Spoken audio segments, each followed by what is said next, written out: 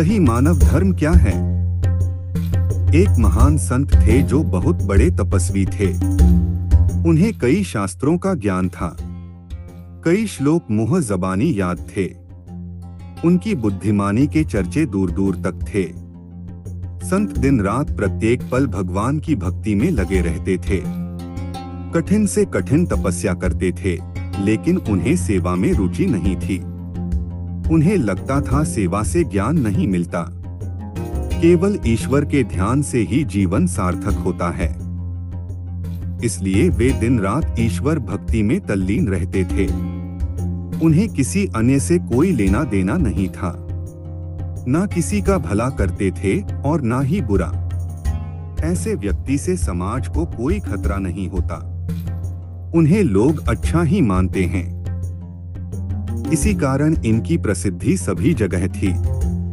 एक दिन संत अपनी साधना के लिए वट वृक्ष के नीचे बैठे।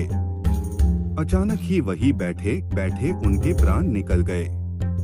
मृत्यु के बाद जब उनके सामने चित्रगुप्त आए तो उन्होंने संत से कहा, हे तपस्वी, तुम्हारी तपस्या और ईश्वर भक्ति को देखकर तुम्हें एक कुलीन प्रतिष्ठित परिवार में अगला जन्म दिया जाएगा।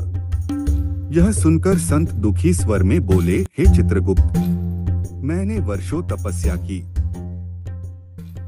उसमें कोई कमी नहीं रखी, किसी प्राणी को दुख नहीं दिया, फिर भी मुझे मोक्ष की प्राप्ति क्यों नहीं हो रही? इस पर चित्रगुप्त ने संत को धर्मराज के सामने पेश किया। संत ने अपनी सारी व्यथा धर्मराज से कही।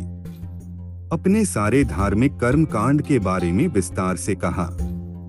यह सब सुनकर धर्मराज मुस्कुराए और उन्होंने कहा, हे वत्स, वास्तव में तुम मानव धर्म को जान ही नहीं पाए।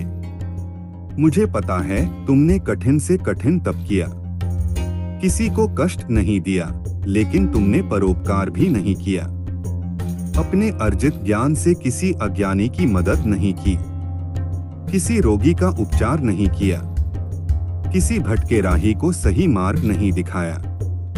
वास्तव में तुम जानते ही नहीं हो कि परोपकार ही असल मायने में मानव धर्म है। सेवा भाव ही मानव जीवन का आधार होना चाहिए।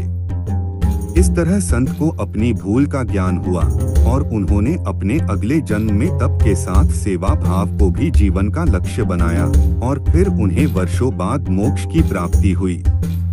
मित्रों, वास्तव में इंसान को यह पता ही नहीं होता कि धर्म क्या है और वो दिन रात धार्मिक कर्म कांड में लगा रहता है।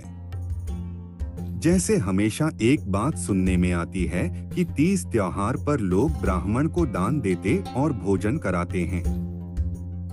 भले ब्राह्मण संपन्न हो, खुद 4 पहिए के वाहन में घूमता हो, लेकिन बड़े शान से उसे दान दिया जाता है और वो स्वीकार भी करता है। आप खुद ही सोचिए, ऐसे दान का क्या महत्व होगा। अगर आप यही दान किसी गरीब को देंगे तो शायद उसकी कई दिनों की भूख शांत होगी, उसे जीने का सहारा मिलेगा। इसी तरह ज्ञानी होने पर यदि यह ज्ञान मानव जाति के उत्थान में नहीं लगाया जाता तो वह ज्ञान भी तुच्छ है। अर्जित ज्ञान से दूसरों की सहायता करना ही वास्तविक मानव धर्म है। आपका दिन आनंदमय हो।